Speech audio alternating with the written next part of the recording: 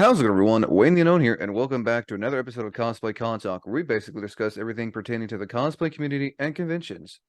I'm joined here by Will Gage for another episode of Get to Know That Cosplayer. How you doing, Will? I'm doing great, Wayne. Thank you so much for having me. You're very welcome. Again, thank you for coming on for Cosplay Con Talk, talking to us like what it's like being a cosplaying and going to conventions for, however long you've been going for. Sorry, I'm like still trying to wake up. It's my day off. Oh, no Um, problem. Decent amount of time. A good 15 years or so. 15 years? How old are you? I'm gonna be 29 this month. Nice. So you've been cosplaying for 15? That's a fairly long time. So you've definitely seen what it was like back then when, cosplay was becoming really big in the States. Absolutely. I'm newer to cosplay, but I've been on the convention scene for a long time. I've been getting into cosplaying myself the last couple years. But I've definitely seen and heard and been around a lot. And I always, I was always really big into taking pictures of people, but it took me personally a long time to get to a point where I was okay enough with I guess with my self image to want to start doing it myself for myself and getting into groups and stuff like that. But I was always really big into photography and getting to meet actors and going to, sit on panels and, play games at panels with people and stuff. So it was just it was really, it's been really incredible. Nice. So you've done a lot then in the convention scene for the past 15 years then. Oh, good amount, yeah. I was lucky enough to get to go to San Diego Comic-Con in 2007 for like my first one ever, and that was like the biggest introduction because I was like, like 12. So I went with my mom. We had a road trip. We went there and we're there the weekend in San Diego, and that just blew my mind because I told her a few years previously, I was like, "Hey, mom, if there's any way we can go to a thing like this, G4, back when G4 was around, they were doing Back when they were still good. yearly. Well, I mean, because they went away for a while. They've kind of come back recently, but back in the day, Attack of the Show was Oh, covering man. every year. They were there like at least for a few years that I was watching when they were on TV. So you had your Olivia Munn, Kevin Pereira, Back when G4 Zach was good. Selwyn, quite a few. I could probably go through the list of who all was there, but yeah, they were there and they were like interviewing actors about upcoming movies and stuff. And I still have I think I have a VHS tape of one of the show coverage years, and it's funny because it's like they're Nice. like interviewing like Stan Lee, who would have been 100 a couple days ago. Oh, Rest in yeah. peace, Mr. Yeah. Stan Lee, and like Samuel L. Jackson about snakes on a plane, which I thought was very funny. If you Man, remember see, that movie. media coverage for cons is fun though. Oh yeah, I'd love to be part of a media team someday. Like I said, I've never been like professional into coverage or anything. I've just been a guy doing it by himself. But I'd love to someday maybe be a part of a crew that gets to interview people professionally. That would be For awesome. someone who's actually done coverage, legit coverage for a con, it is fun. It sounds fun. Yeah. Do you know? I'm not plugging this person, but do you know Kaiju no Kami? I do not know them. So they do a lot of and there's another one something or other California Conventions blog that's on YouTube. They go to a lot of these and they have stuff on their YouTube channel. They interview the actors and things. I've been following those two the last couple of years and seeing how they do stuff and it's really cool because they've been a lot of the ones that I've been at. Unfortunately, I haven't Nice. crossed paths with them, but it's cool getting to see how they interview the actors and the industry professionals and the questions they ask them, and it's always really really insightful because I Nice. have a passion for the craft, for acting. I've done stage plays. I've been leads in stage plays in high school, and I've been sort of doing a lot of non-professional stuff, a little bit of stuff when I was in college very briefly, Nice. and self-learning, self-taught a lot of this stuff. So I have a lot of appreciation for actors and voice actors specifically because I know it's very much voice acting specifically is very much a thing that the voice actors do because they love doing it. It's not because there's a ton of money in it. It's a thing they love doing it because they have a passion for it. Oh, So you said San Diego Comic Con was your first con. Do you remember if you ever did you cosplay for that con, or was it I later on I you didn't for I started didn't for cosplaying? that one because I was brand new to the whole thing. So it was a lot of that first year. It was a lot of like walking around like the largest room I've ever seen, the vendors hall they had there at San Diego Comic Con. It was a lot of that, a lot of getting pictures. I got to meet some celebrities and stuff. Mom got to meet Lou Ferrigno. Nice. Very nice. So when did you officially start cosplaying? Um, I want to say at a different con probably the next year. I didn't really know what the heck I was doing, so I just kind of like threw some stuff together and like threw on a costume for a few things. Until I got my first one, which didn't even fit because I had no idea about, Asian sizes versus US sizes. So Yeah, that I that back then I you must have looked pretty awkward wearing a very oversized Bleach cosplay at KimuraCon in 2007 or 2008. who was the Bleach character? So I wanted to get the stuff to do Hitsugaya, I think, but I didn't get everything I needed in time for that, so I just went as like generic Soul Reaper character, I guess. But it was fun walking around in the black robe and feeling good. It For was cool. anyone looking to get their first cosplay like a one-off line, always go a size or two up, depending. Yeah, at least one size normal, no bigger than you normally would. Sometimes two. It kind of depends. Sometimes you'll get lucky to have a size chart, I or was they'll gonna have a say, conversion table. I'm fully aware of picking the wrong size for a cosplay and it not fitting, so Absolutely. I've done it's that never a fun. handful of times, but yeah, it's a lot of trial and error and finding the right sites to order them from and stuff. Oh, that is an understatement. So you also went to KimoriCon the next year. What was it like going to KimoriCon back in the early days? So earlier days with KimuraCon, much smaller venues, not as chaotic, not as much going on. I think for that con it took some time to kind of find the footing and find the right venue, I suppose. Like 2008 for KimuraCon was the DoubleTree right by Lloyd Center, and that's definitely smaller. They've been at the Oregon Convention Center for at least a few years now. And that I think I've been to many venues, and I think of the ones I've gone to, Oregon, Washington, California, etc. I think for Oregon, that's probably the best venue I've been to try to have a large scale convention of any kind is probably the Oregon Convention Center because of the way it is set up. You got a great big vendor slash exhibitor hall area downstairs. It's like a great big room that they can put dividers on and things, have your voice actors against like a wall with booths, and then you have rows that are like you got one side that's like exhibitors, and then usually artist alley is a separate section down further on, and then at the end for KimuraCon they usually have like a photo booth, charity booth, and then adult corner in the back. Oh, so they do have an 18 and older.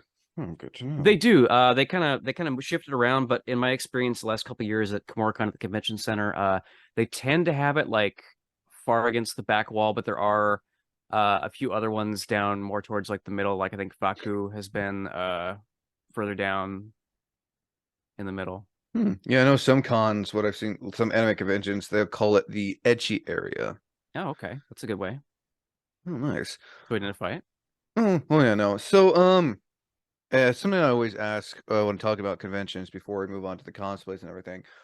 What sort of advice would you want to give to someone who wants to go to their first convention?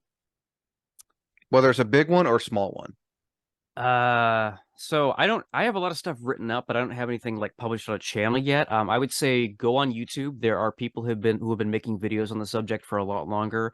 Um, I can't think of anybody's name off the top of my head, but if you were to like look at like Anime Cons 101 or how to prep for your first con or whatever on YouTube, there's a number of really good videos. Um, I would go with ones that have like higher view counts, established channels, and go based on what those people have said because some of them have far more years of experience in this sort of thing than me, and they probably have better suggestions. That is one way to do it. Nice. And also, would you recommend, is a question, this is another question I always ask. As I call it, would you recommend bringing a convention exit buddy too if you don't want to go alone for your first con? That's always a really good idea. If you can try to come with somebody who's like a good friend, I would recommend, or like a partner or spouse or something like that. It's good to have someone there, especially if you get anxious. you have social anxiety or anything. Large crowds, if you're not used to being walking through large crowds for periods of time, I would definitely suggest going with at least one other person. Because it took me a long time to get over my anxiety of being in the large crowds and not having the sensory overload. No, I wholeheartedly agree. Definitely for those who are nervous about going to the first con, if you have a friend or a family member, even if they're not fully into it, it's good to bring someone with you just so you're not like you said, having a sensory overload for sure. Yep, Well, I take it also, would you recommend you budget yourself too for absolutely. going to a con? Yeah, so a lot of one of the first things I would suggest is looking into the con you want to go to. How far away is it from you? How are you going to get there? Is it close enough if you drive to be able to go there and to where you live every day, or is it further away to where it's a better option to get a hotel? For hotels, I would recommend looking into them. I mean, the more leeway time you have before a con, the better. But I would say at minimum, if it's a con that is close to you that you're not having to go out of state for and you're in the States, I would say at minimum start planning at the 3 month before mark and trying to book a hotel at minimum 3 months before the convention earlier if you can. Finding out what that costs, budgeting for hotel costs, looking into how much if you want to go for a full weekend or just a day. I would say if you've never gone to one before and you're really not sure what to expect, maybe try just going a single day for a first one if you're nervous. If you're going to go for a weekend, I would say for the first time, I would say go with a friend or partner. Figure out how much it is to pre-register. Always pre-register if you can. It will save you so much time Oh having to yeah. wait in line. And That is, go on day zero if you can. yeah, if you can get there the day before, a lot of times you can pick up badges the day before, and it will save you time having to get your badge the morning of and having to potentially lose time and something you might want to go to. So yeah, get your badge early, get your hotel booked early. If you're interested in meeting and especially maybe getting an item signed by an actor or actress who might be there, cons don't always post prices for things like that beforehand, but in my experience typically I've seen individual signature prices on like a personal item for a fan to get signed by an actor, usually as low as about $40 or $50 per signature, and they go up from there. Usually up to about 80. Some people can go higher than that if they're like really well known. But usually for individual signatures on something that you own, usually about 50 to 80 seems to be about the sweet spot. Usually 50, 60, but up to about 80 for that. Yeah, sounds about right. Because I know sometimes you'll just for standard signatures they'll charge like 50, 60, 70. But Mhm. if you want like them to say like a specific quote, then they'll charge a little bit more because that's more their writing. Absolutely, and they're doing that all day. So that's a lot. That's a lot on their hand. And I always ask beforehand. Some actors don't do quotes at all. They'll just do signatures on items. Always ask before you take any video or anything or selfies or anything. Usually there's additional charges for that. And some actors I know don't want you to video them at all. So I would always check beforehand Oh with yeah, them no, too. always, and that's convention 101. Yeah, Always ask, because cosplay's not consent, stuff like that. Always ask. If they say no, don't pester. Just say okay, thank you, and then just go on your way. absolutely. Same with taking photos of any cosplayers. Always ask them, "Hey, may I take a photo of you?" People are usually pretty flattered. They'll pose for you. Just make sure you always ask before you take a photo. Oh yeah, no, most definitely. So out of all the conventions you've been, what's the biggest one you've gone to aside from San Diego Comic-Con? Have you been Soccer to con. up in Washington? Yes, Nice. they have a great convention center too. I really like the layout of that one.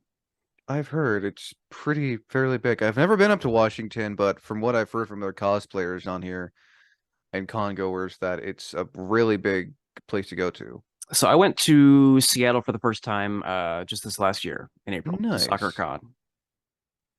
Seattle is all uphill on hills, kind of a pain to drive, but they have a beautiful convention I was center. just say It I'll take is, an Uber if I ever go there. yeah, it is. Well, or train. I took the train. The train Oh, is there's a nice. really? You just take Huh. Amtrak. It's only a couple hours, and then you can get a hotel. Hmm. Um, that's what I would suggest. I wouldn't suggest trying to drive through that madness if you can help it. Train is probably cheaper, honestly, than spending the gas and stop and go in traffic.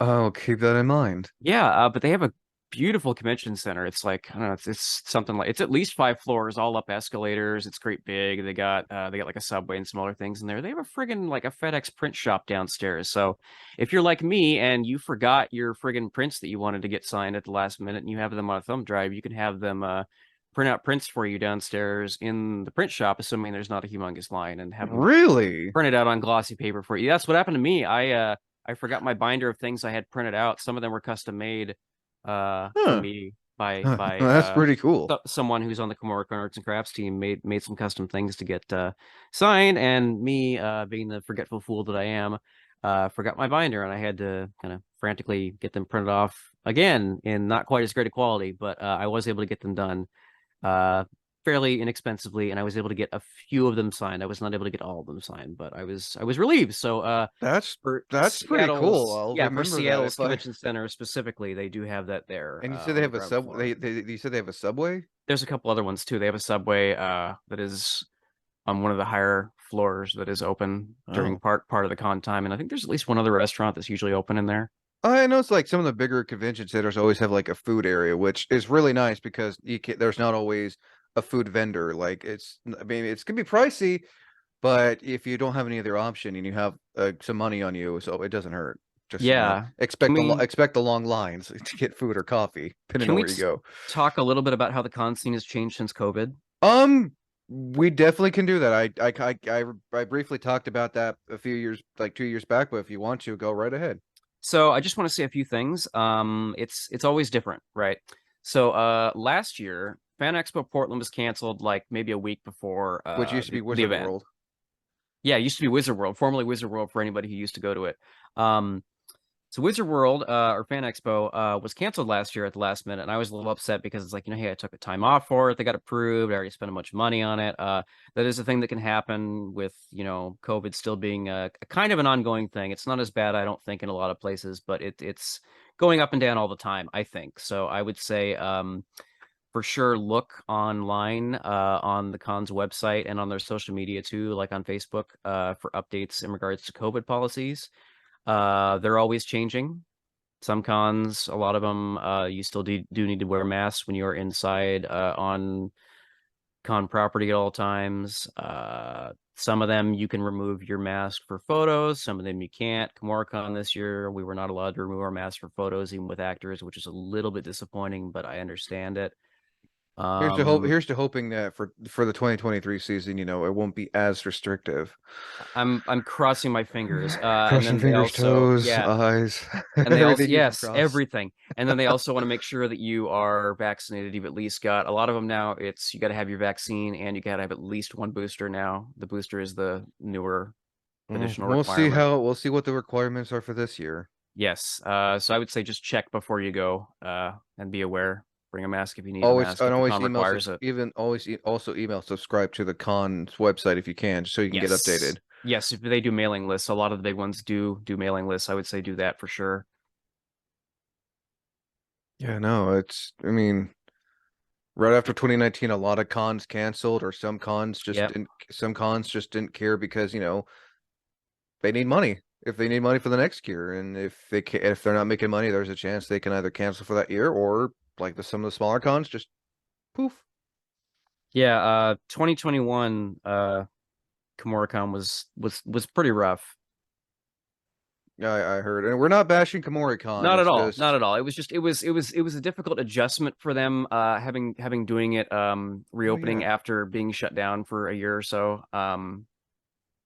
Because they got their own state things to deal oh to yeah, to take into and it's not the consideration. con itself. It's the venue they're at. It's them. It's the venue saying, hey, yeah, you have to do this. So I'm Yeah, sure that's a big part of it too. it's not always a con. I'm sure like even the cons are like they have to follow the rules of Yeah. the convention center mostly because you're having a lot of people in such a yeah, it's a large area, but still with so many Hmm. people, it's like shoulder to shoulder sometimes. I think it's both because I went to multiple cons at the same venue, which was the Oregon Convention Center this last year, and they did have some noticeable differences in policy. So I think part of it is base rules and guidelines for the center and the venue itself, and also what the convention wants to do as additional things. So I think it's both in some cases. Oh, that's right, because Rose City's also held there too. Yeah, because like Rose City had like bag checks and metal detectors. Komoricon didn't have that. So yeah, Really? yeah, it's true. That's It's true. They had security because they usually always hire private security, but well, I mean, sometimes also Rose City gets big names too. oh yeah, always. Huh. I But mean, yeah, it varies. It varies even at the same venue, convention to convention sometimes in the same year. yeah, that is very true. I thought it And was it interesting. it doesn't hurt if if you're going to a con that doesn't require masks, but you still want to stay safe, you are more than welcome to wear your mask. Like no one's going to judge you. Oh yeah, absolutely. I would bring, if you can, I would bring at least a small bottle of sanitizer with you and keep it on you if you can. Just because, if you're like going into doors and stuff, touching like doors and things that you got to go in, if they're closed, it's always a good idea. No, I highly recommend. Surfaces, yeah. I also I gotta say I saw when I was looking at that through your Facebook at your cosplays, I saw that you went to Rose City. I gotta say the badges for Rose City look pretty freaking cool. Yeah, some of the most elaborate I've seen. Komoricon used to have much more elaborate badges. They've really kind of cut costs and made them not as cool as in years previous. But It looks like a credit card, like the material, not like oh not yes, like a flimsy paper. oh yeah, they had Like, different ones too for every like variation. They had unique ones. I wish I would have got a picture of all the different ones spread out on the table because they had great big large laminate things, full color, holographic, et cetera, et cetera. yeah, Definitely I not cheap to print in mass quantities of that oh thicker no. cardstock stuff, but it was beautiful. I still got It mine somewhere. it looks from what they look pretty cool. I'll have to show like a picture. Yeah. If you have a picture of yours, kind of show people what they look like for those who aren't familiar with the Yeah, Rose City badges. I can send you one. All right, sweet. That'd be pretty cool. So now we're gonna go on to the cosplay portion of this Cool. because that's what it's mainly about. Absolutely. So if you're a cosplayer on a budget or you're a first time cosplayer, would you recommend thrifting for your cosplays? You can certainly do it that way. If you know how to sew using a machine and you have a machine, or you can learn from someone who does it, I would recommend doing it that way because a lot of these really cool elaborate costumes and stuff, some of them there's no official costume for some of these you know anime characters and whatnot. A lot of these you really have to make your own because there's not really an option for some things, especially with like armor and stuff. You got to do a lot of that stuff yourself. AVA foam, Warbler, whatever you have at Yeah, hand. all sorts of stuff. 3D printing in some case. I've seen people get files or make files and send them to somebody who has a great big 3D print rig and they'll print them out for somebody. There's tons of ways you can do it.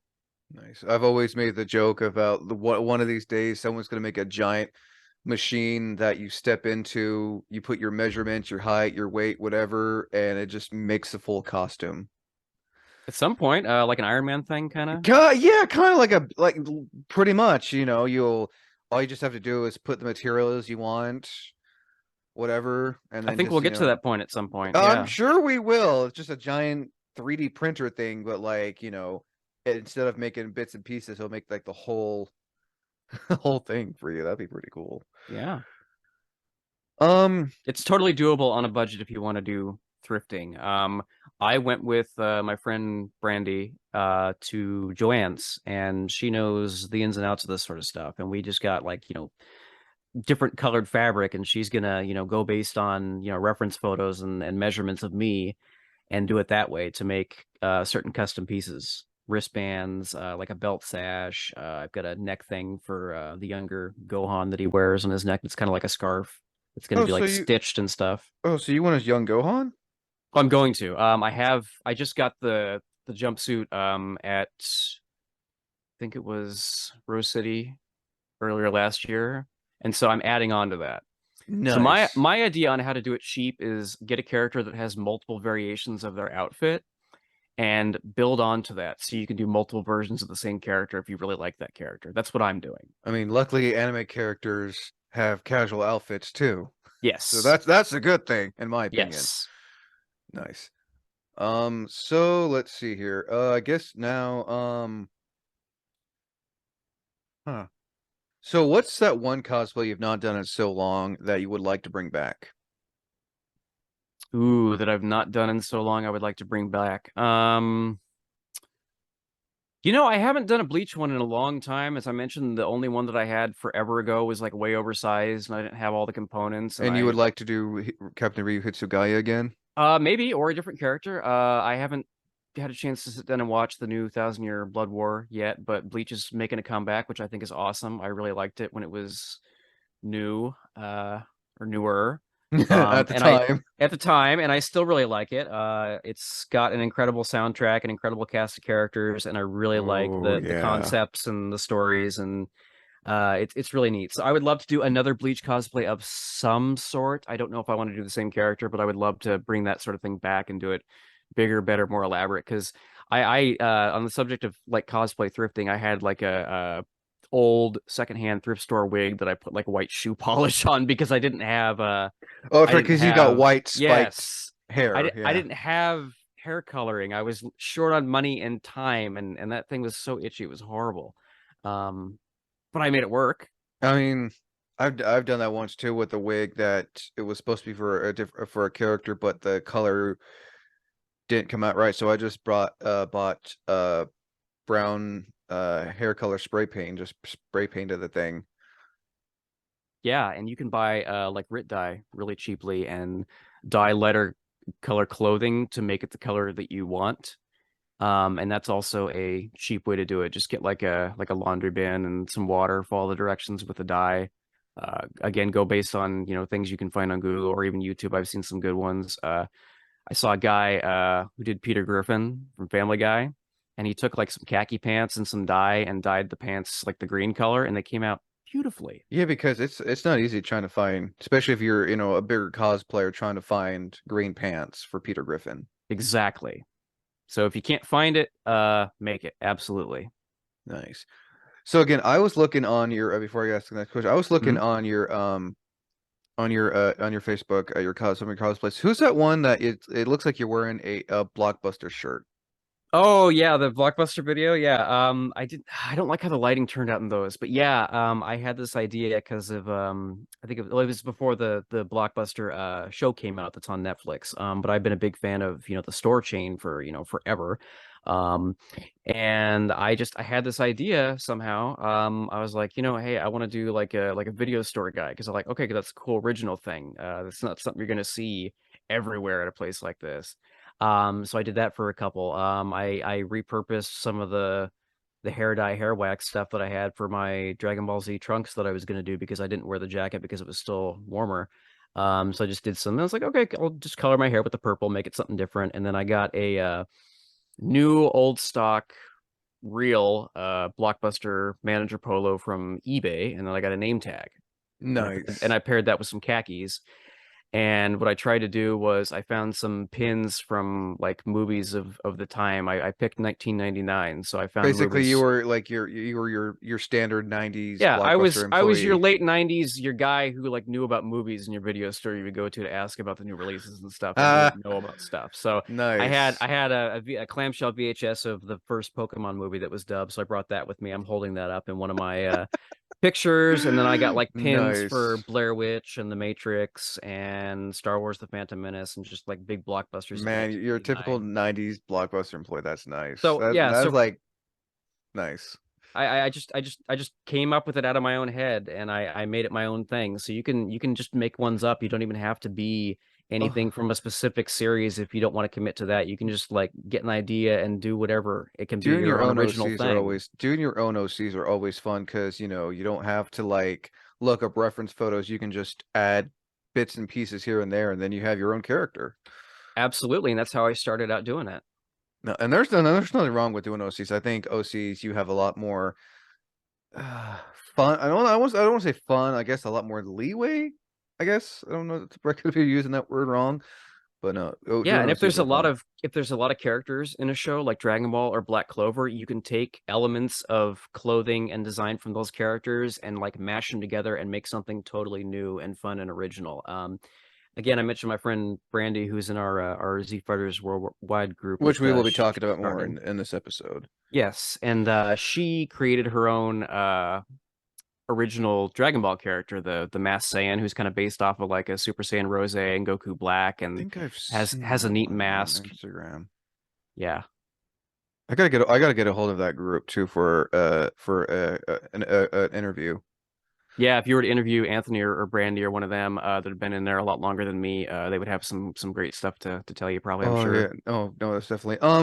So on the next one, what's that one cosplay? As I call them, one and done cosplays. There's a cosplay that you did once, but it just didn't it just didn't feel right, or it just took too much time, or it's just something that, a friend wanted you to do or something. Oh, that I did? Yeah. Um,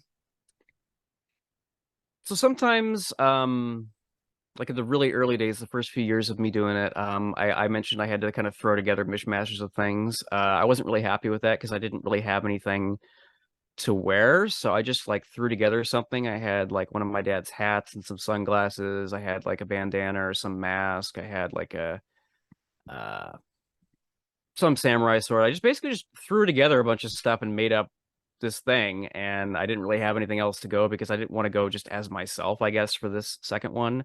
So I just threw together a mishmash, and I wasn't really happy about that because a lot of it was I didn't put like a lot of time into it to really give myself enough leeway time because I was still brand new to the con circuit and everything. So um I would say even if you're doing an original character, definitely spend some time planning, give it some thought, so that you'll be happy with it, is what I would suggest.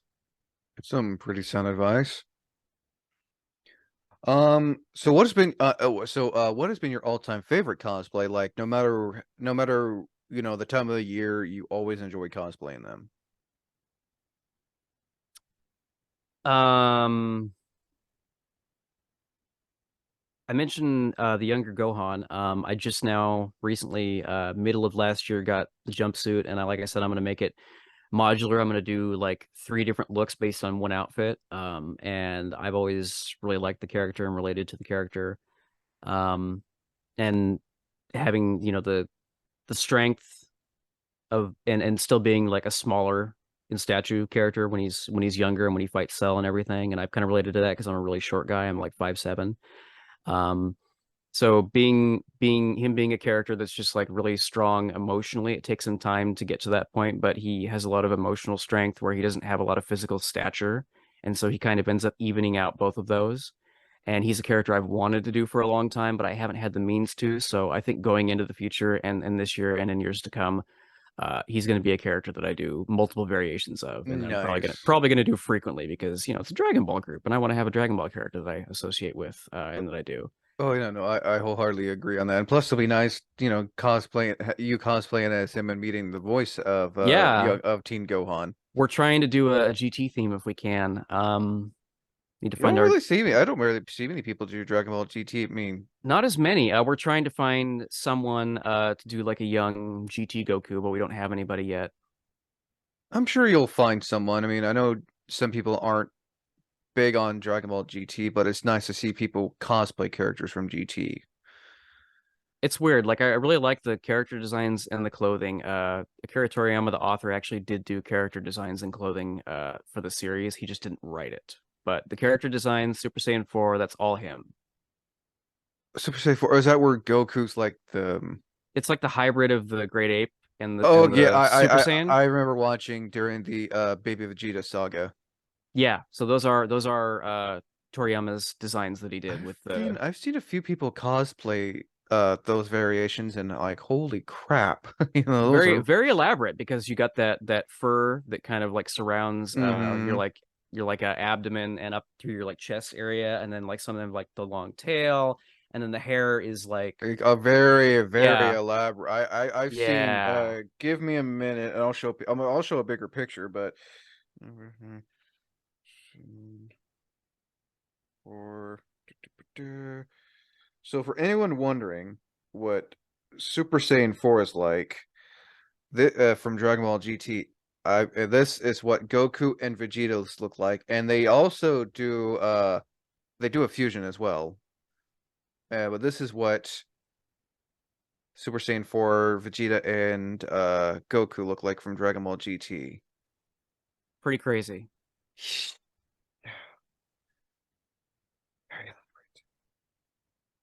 Like, holy crap, elaborate.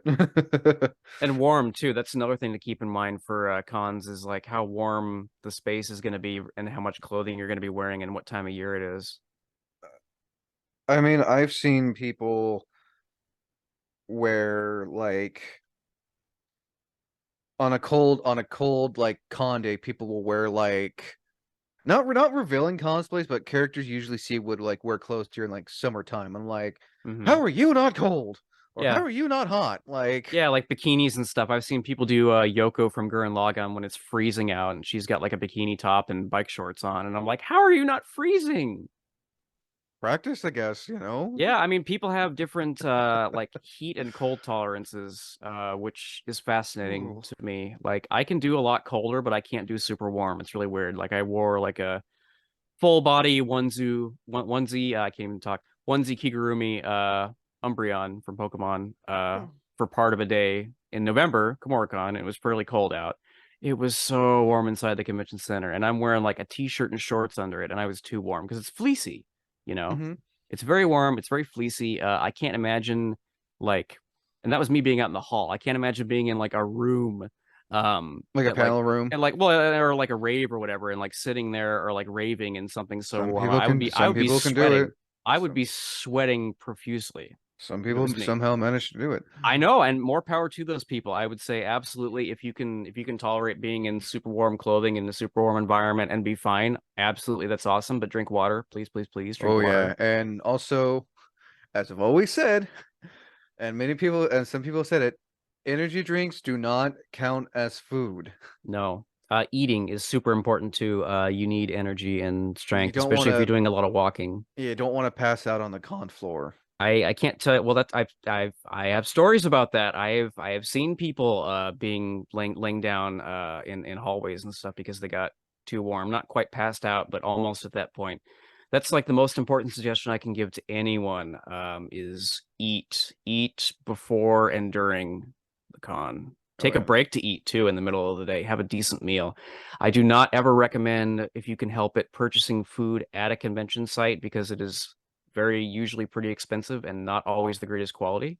So I would suggest trying to look into nearby food options. Like for Oregon Convention Center, there's a ton of nearby options I that have heard that are there is good. a lot. Do they have food trucks as well? Not there. There are food cart pods in Portland. I don't know what the closest one to the convention center is because it's off of MLK and MLK is like a long Well, boulevard, but I there's lots will of options. keep that in mind if when I go to Komoricon this year to keep an eye out because I know with how big the convention center is, I'm gonna need to get something to eat. And long lines too for the food that's in the convention center. Long lines, high prices. Ooh, duly noted. That's why I'm gonna be saving a lot of money. Thank God, tax season's coming up soon. Yeah, yeah. So before we started this podcast, you mentioned you were part of a Dragon Ball Z cosplay entertainment group. What has that been like? Yeah, so it's a cosplay charity group actually.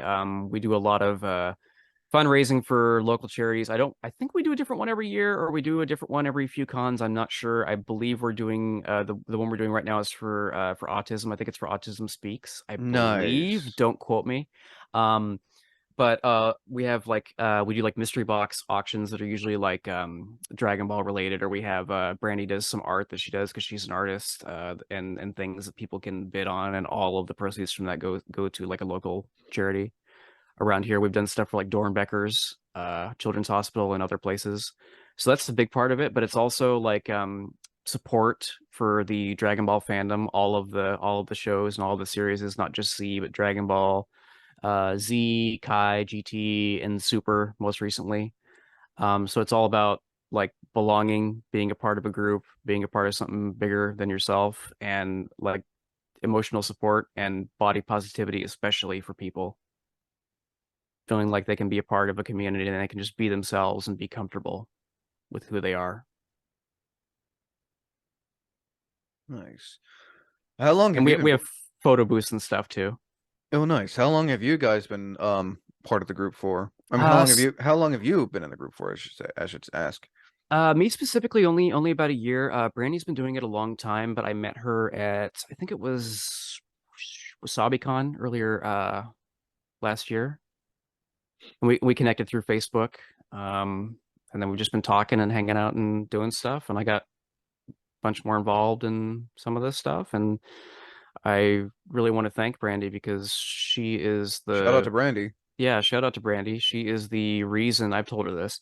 She is the reason I didn't stop doing these things because I got to a point towards the end of last year. I was kind of depressed because I had friends ghost me and some other stuff happened was going on, but she helped keep me positive and gave me a part of a group to be to and things to do. And honestly, if it wasn't for the support of her and her friends and people in her group, I probably would not still be doing this. I probably would have just stopped doing it altogether. But she has been incredibly supportive and positive and encouraging with me about a lot of this stuff and helpful. So I'm just so grateful for her and her fiance Anthony and a number of people I've met in person that are a part of this group. And I just want to say you guys are awesome and thank you for keeping me in this world.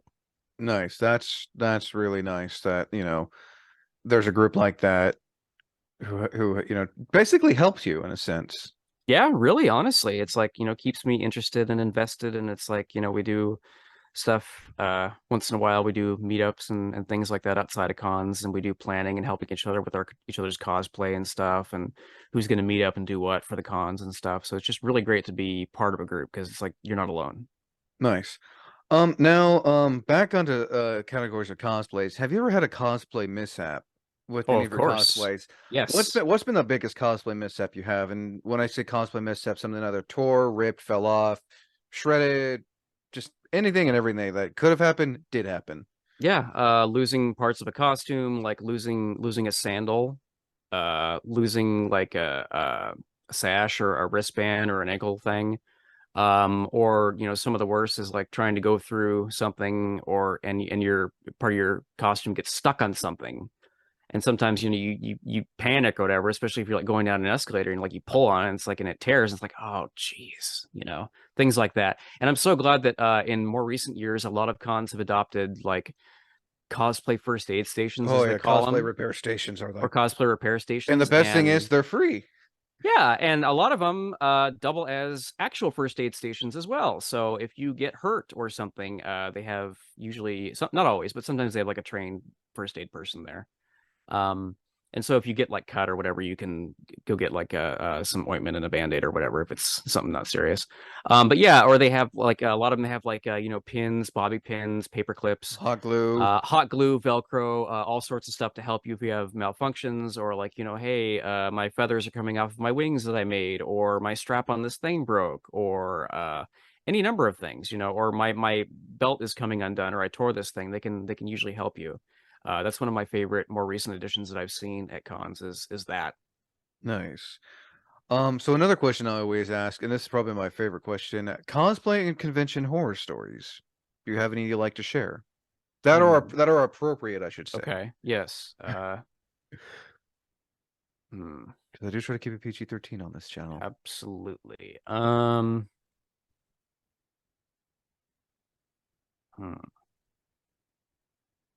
I'm trying to think, and I'm very pleased to be able to say nothing recently. Nothing recently that has been like catastrophic or has been anything major. I mean, there's been times where like, fire alarms have been pulled for one reason or another or been set off and everybody has to evacuate, and that's always been a great big thing.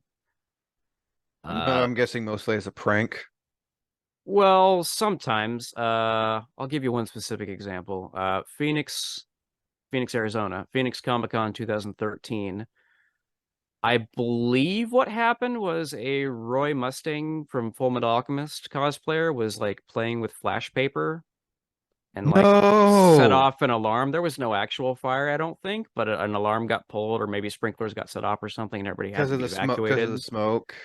It was like a little spark, I think. But I don't think he got I approval to do that I'm gonna inside the say building that he was that sounds in. that sounds very dangerous. Yeah, so don't play with anything dangerous like fire or flash paper, especially not when you're inside a building and you may or may not have approval. Please don't do that. Oh yeah, no, always ask like if you can bring like a lighter or something, because I've seen people bring lighters for like characters like John Constantine or Captain Boomerang from Suicide Squad. Yeah, or a number of characters that smoke or that have this, are frequently seen with like cigarettes or cigars. A number of them. Mm-hmm. But yeah, just always be smart about that, and especially with like props, like find out what's allowed and what's not, or Mm-hmm. signs, because that has changed more recently And if too. they're not on the website, like email them and ask. Yes. Most cons, it's no life steal anymore, period. You might make exceptions, but everything has to be peace bonded. You have to go straight to the peace bonding station as soon as you get your badge. Even with even with plastic props and everything, you almost always still need to go get zip ties put on things for like plastic guns and swords and foam swords and stuff. They want you to have, usually it's like zip ties and or like a color tie. Just you acknowledging that you're not gonna like pull your weapon out for anything other than like a photo or whatever, or prop in this Oh case, no, no, prop. wholeheartedly So agree. And if it's a yeah, family-friendly con, please do be considerate on what your cosplay is going to be, because there are going to be little kids, yes, and I don't think a little kid wants to see, a character from a etchy anime, because right, because yeah. then they're gonna ask him, what's that cosplay? Yeah, how Who you is dress, that? and a lot of them have dress codes that are very specific. So Hmm. look into your con's dress code before you go to, and if you're not And sure, they also ask. have rules on what I call convention trends. As in, cons have banned stuff like yaoi paddles, glomp circles, Yes, quite a while ago now, but yes, and signs at all in some cases, free hugs, et cetera, because there's just been too many problems with things like that. So and most of them, they're also like, no the signs, please. also the recent one is, if you pay me $5 or $10, I will step or sit on you. Yeah, no, you can't do things like that. Don't, I I please, I please don't do things like that. I I mean, sorry, go I ahead. I get what you're trying to do, because you're wanting it's you're I get what you're, because it's the character, but also Yeah, please be considerate, because the thing is, you can do that to someone, but then if you don't have video proof of you, doing that thing, someone can go easily to cons and say, "Oh, this person assaulted me." yeah. Because, It's a he said she said thing. It protects you and the convention center staff mm, from liability. So just please be oh yeah, smart about the things you do, how you oh yeah, dress, and and the language you use too. if you're gonna do one of those convention trends, at least have video of it, so you said, yes, this person actually consented to this. Yes. I don't need to go over that multiple times to Oh, anyone's. one thing to bring up that might be worth mentioning that may not be a widespread, well-known thing is like if you're gonna do like a skit or whatever, like in a hallway, make sure staff knows about it. Mm-hmm. No, Because like I wholeheartedly agree. 2008 or 2009, both maybe was like the year of Dr. Horrible's sing-along blog, which was a humongous thing. And I think there was a little bit of an issue in, I want to say, the Hilton Komoricon was at, I believe, in 2009, with like a group wanting to do like a whole big thing from that in the lobby, and I don't think it was cleared with hotel and or con That's staff, why I always and message them which ahead of is why you time. always want to get permission for things like that. And like when you're As doing skits and stuff for contests, they always say, you can surprise the audience, but never surprise the stage team, the staff. They need to know what you're gonna do mm-hmm. and get permission Oh yeah, because no, wholeheartedly, because no, I well, so this Doctor Horrible whatever thing, what happened exactly? I don't exactly know, but I think it was just like they were doing maybe it was like they were being too loud and somebody like didn't know what was going to happen. I don't remember if it was like a singing and uh dancing thing or whatever, but I think that was just like a misunderstanding or miscommunication. That wasn't like a big deal, but just like if you're going to do something that's like a rehearsed thing, just make sure someone knows about it or whatever, Oh no, or that what you're saying and doing isn't like taken as somebody like threatening when you're doing like a play fight, or you're like throwing out monologues or joking or whatever stuff like that. That's mainly what I meant. also, if you're gonna do a skit, make sure you let the people around you know, so that, because I've seen at times where people, group of friends will do a skit, and the people around, like the other con goers or cosplayers, don't what's going on, and next thing you know, that potential person could get hurt because of what you did Yeah, by in accident, character, because they accidentally like walk into you or something like that. Yeah, or that's I think like, that's what the biggest thing was, is like they had like a lot of people coming and going, and it was like an oh enclosed no, space. get consent from other con goers and cosplayers if you were gonna do a skit for a YouTube video or something. Yeah, like TikTok. I've seen a lot of Or those. oh yeah, no, just be careful. Like, don't go and, like, the ones I've seen is like, is the Zenetsu from Demon Slayer where like the guy will run and yell Nezuko and just jump and like hurt themselves. Yeah. Yeah. I met both of them this year. That's funny. Funny you mentioned that. I met Alex Lee and Abby Trott, who play as Nitsu and Nezuko Nice. I'm at just the same saying, just con. Yeah, but I'm just saying, yeah, you be know, be smart about careful. how you do Oh yeah, things. be careful and don't, you know, I'm not. I mean, this is like I'm gonna just to say if you just say this before we go on. Just be careful not to go too into character at a con because some people may not understand. Yeah, and a lot of people don't know the characters or the series, even if it's more popular, and people may not know and may misinterpret something and like, what's going on? And next thing you know, you might get reported for something, that you didn't actually do. Exactly. Like the running after somebody in cosplay or whatever, somebody might misinterpret that who doesn't know the characters. And next thing you know, Even if you you're just get playing next and you're thing you know, friends. you're asked to leave the con. Yeah, or you're being talked to and it's an embarrassing situation for you and whoever else. Oh yeah, no, that's definitely. Aside from all that stuff, Yes. any fun experiences you've experienced at a convention, like something that to this day you'll never forget that good that happened at a con. Lots of cool stuff with really awesome voice actors. I can mention a couple quick ones. Johnny Young Bosch, who's played everything from a Power Ranger to Ichigo Kurosaki. Man, he's gonna be Doing he doing was at doing he was at second anime. Yeah, he was. Doing this is when Bleach was like brand new in 2007 at Comic-Con. Um, like the dub was like just airing on Adult Swim, was him doing because it was a really long line and he had access to like a mic with like an overhead speaker, was him doing Ichigo requests for people in line Nice. over the speaker, even though they weren't up to him yet and they couldn't see him. Being able to hear him do Ichigo stuff, like I Love Rukia or whatever, stuff like that is pretty funny. It makes people want to stay in that line. Oh, exactly. It's like it's great, it's a great promotional thing, on his part, and it keeps people entertained who are waiting in long lines to get up to meet somebody. Oh yeah, most definitely. Stuff That's like that. Chris Sabat, who has done so many voices for everything over the years for Funimation, the last 20, 30 years. He's always a really good spirit. He's really funny and he jokes and he does voices and the requests voice for of people in The voice of lines. Yeah, Vegeta. Vegeta and Piccolo and a bunch of others. Yeah. I've seen videos of him online where he's just like people hand him a Goku Funko Pop and he's just defacing it with Sharpie. Right. He's always into like playing pranks on fellow voice actors and doing funny requests and lines for people and stuff. So I just love it when people are really great spirits, especially actors and stuff. And you gotta wait in like long lines for maybe like a minute or a couple minutes to meet him and ask questions. Sean Schemmel, who plays Goku, is also really positive and great spirited too. I asked him like some very specific questions about recording specific things for his character, and he took the time to give me really awesome, detailed answers about like behind the scenes things that I never would have known. And I'm so grateful for when actors and actresses take the time to do that.